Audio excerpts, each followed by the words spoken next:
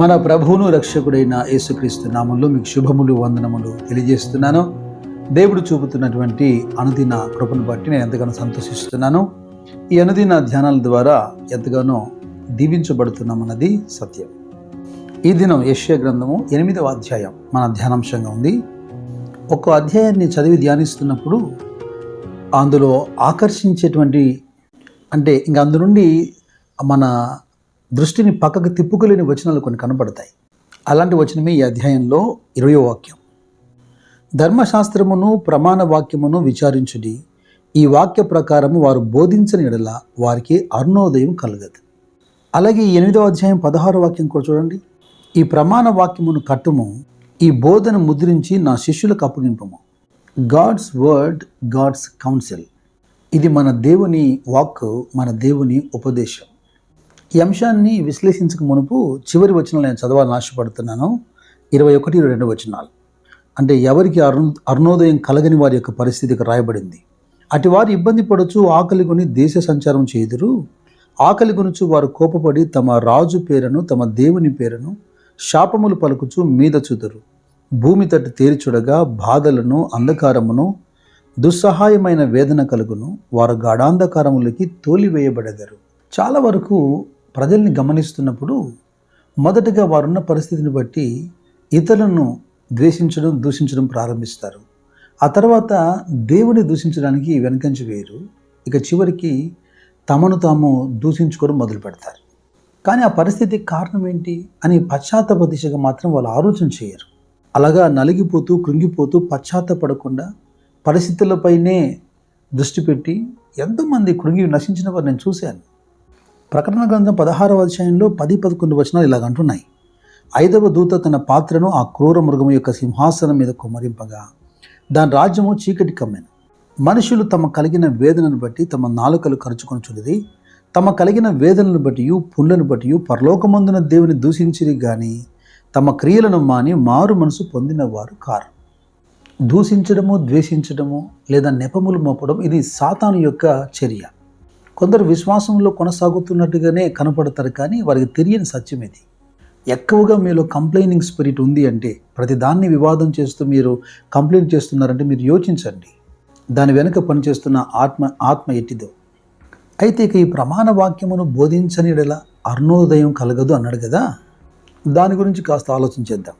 యోహాను భక్తుడు తన మొదటి పత్రికలో 1వ అధ్యాయంలో 1వ వచనంలో జీవవాక్యమును గుర్చినది ఆది నుండి ఏది ఉండెనో మేమేది వింటిమో కనులారా ఏది చూచితిమో ఏది నిదానించి కనుగొంటిమో మా చేతులు దేన్ని తాకెనో అది మీకు తెలియజేయుచున్నాము అంటున్నాడు.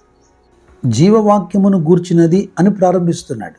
మొదట వారు వినింది, వారు చూసింది, వారు తాకింది, వారు ఎక్స్పీరియన్స్ చేసింది ఆ జీవవాక్యం.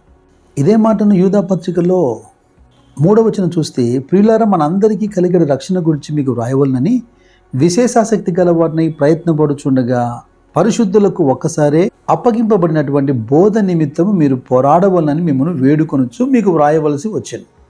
పరిశుద్ధులకు ఒక్కమారి అప్పగించబడింది అని, ఆది నుండి ఉన్నది అని, అది అపోస్తులకు అప్పగించబడింది అని, అపోస్తుల బోధ ఎందుకు పదే మాట్లాడుతున్నారు వీరు? కారణం ఆ రోజుల్లోనే విభిన్నమైనటువంటి పునాదులు వేసే ప్రయత్నం చేశారు, విభిన్నమైన బోధలు ప్రారంభించారు. అయితే ఇక్కడ కనబడుతున్నటువంటి ఆ లైట్ ఏంటి, ఆ అరుణోదయం ఏంటి? యోహాను సువార్త 1వ అధ్యాయంలో 9 నుండి 14 వచనాలు. నిజమైన వెలుగు ఉండెను, అది లోకములోకి వచ్చుచు ప్రతి మనిషిని వెలిగించుచున్నది. ఆయన లోకములో ఉండెను, లోకం ఆయన మూలముగా కలిగెను కానీ లోకం ఆయనను తెలుసుకోలేదు. ఆది యందు ఉన్నటువంటి ఆ వాక్యమే, ఆది నుండి ఉన్న ఆ వాక్యమే లోకమునకు వెలుగై లోకములోకి వచ్చి అందరినీ వెలిగిస్తుందట. కృపాసత్య సంపూర్తిగా మన మధ్యకు దిగి వచ్చాడట. అయితే చీకటి దాన్ని గ్రహించుటలేదు. ఈ విషయాన్ని యోహాను భక్తుడు 3వ అధ్యాయంలో 19వ వచనంలో చెబుతున్నాడు. ఆ తీర్పు ఇదే, వెలుగు లోకములోనికి వచ్చును కానీ తమ క్రియలు చెడ్డవైనందున మనుషులు వెలుగుని ప్రేమింపక చీకటిని ప్రేమించేది. దుష్కార్యం చేయు ప్రతివాడు తమ క్రియలు కనపడకుండా వెలుగును ద్వేషిస్తాడు కదా. అంధకారంలో నుండి వెలుగు కలుగును గాక అని పలికినటువంటి ఆ దేవుడే తన మహిమను గూర్చిన జ్ఞానము క్రీస్తు యేసునందు వెల్లడిపరచుటకు మా హృదయములలో ప్రకాశించను అంటాడు పౌలు కొరింథీ సంఘంతో. అయితే ఈ సందర్భంలో పేతురు భక్తుడు చెబుతున్న మాట కూడా నేను మీకు జ్ఞాపకం చేస్తాను. పేతురు 2వ పత్రిక 1వ అధ్యాయంలో 19వ వచనం మనకు బాగా పరిచయమైనటువంటి లేఖనం ఇది.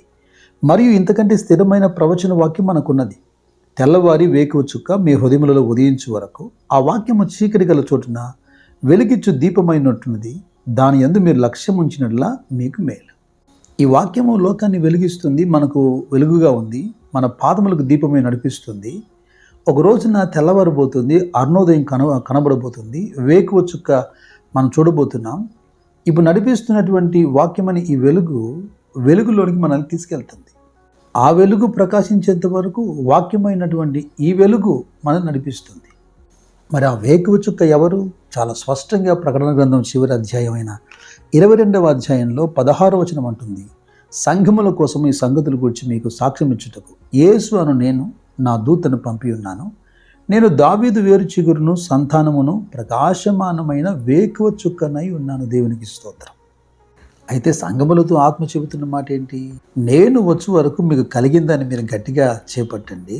కుమారుడు అధికారం పొందినట్టుగానే నేను మీకు అధికారం ఇస్తానంటూ ప్రకటన 2:28 అంటాడు. మరియు అతనికి వేకువ చుక్కనిచ్చేదను. మరి జాగ్రత్త, ఈ అంత్యదినములలో కలవరపరిచే అనేకమైన భిన్న బోధలు బయలుదేరాయి. అపోస్తులు చెబుతున్నటువంటి ఈ సిలువను గూర్చిన వార్త తప్ప, ఇదిగో అపోస్తుల బోధ అయినటువంటి ఈ ప్రమాణ వాక్యం తప్ప మరి ఏ భిన్నమైన బోధ కూడా మీకు అరుణోదయాన్ని తెచ్చిపెట్టదు. అటివారు నిస్సందేహంగా గాఢాంధకారంలోకి తోలివేయబడతారంటుంది లేఖనం. మీరేమి వినుచున్నారో జాగ్రత్తగా చూసుకునండి. దేవుని పరిశుద్ధాత్మ మిమ్మల్ని సర్వసత్యంలోకి నడిపించును గాక. కృప మీకు తోడైనను గాక. God bless you. God bless you.